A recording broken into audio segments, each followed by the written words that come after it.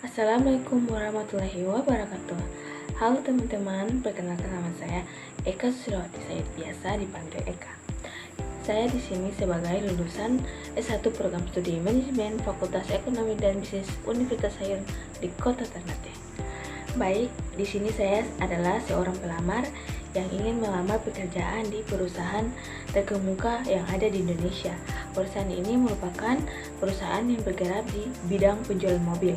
Dan tentu saja ada pertanyaan-pertanyaan yang harus saya jawab. Baik, pertanyaan pertama yaitu, sebagai pemasar, Anda perlu tahu dong apa yang dimaksud dengan pemasaran.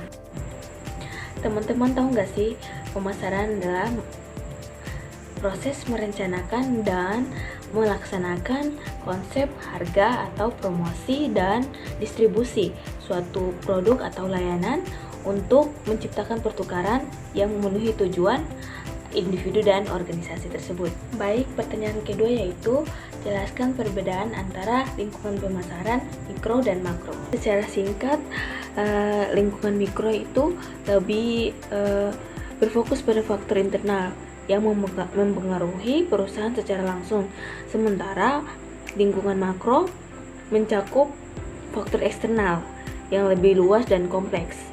Keduanya sangat penting untuk dipertimbangkan dalam perencanaan dan pelaksanaan strategi pemasaran.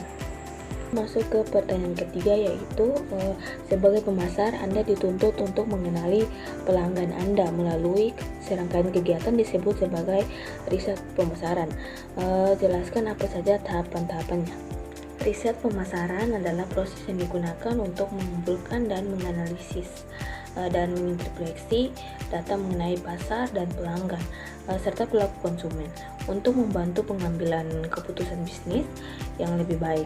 Berikut ada beberapa tahapan utama dalam riset pemasaran.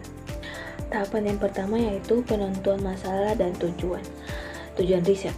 Pada tahapan ini, perusahaan harus mengidentifikasi masalah atau peluang bisnis yang diinginkan ingin diselesaikan melalui riset. Yang kedua itu desain riset, merujuk pada rencana yang menyusun bagaimana riset akan dilakukan. Ini meliputi jenis data yang diperlukan seperti data kualitatif dan data kuantitatif.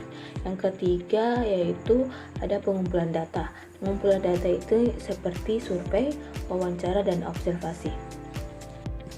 Oke, baik, soal pada nomor 4 yaitu jika Anda terpilih menjadi tenaga pemasar pada perusahaan, Anda perlu mengetahui bagaimana sih cara untuk mempengaruhi pelanggan untuk dapat mendifusi produk kita.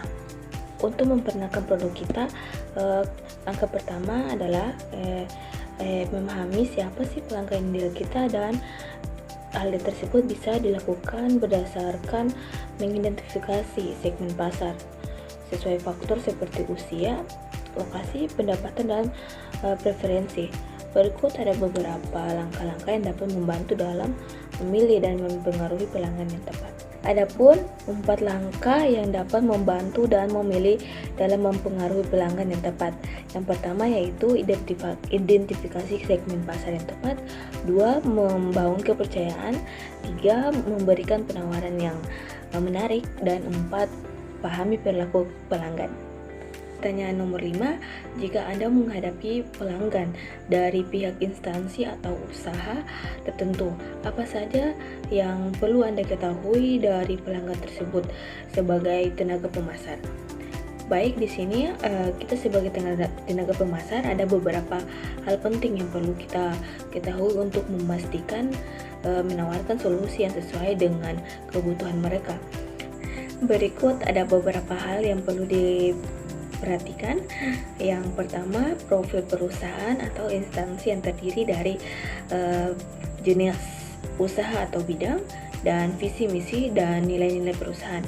Yang kedua, ada pengambilan keputusan dan proses pembelian yang terdiri dari siapa yang terlibat dalam proses keputusan dan anggaran atau preferensi pembelian.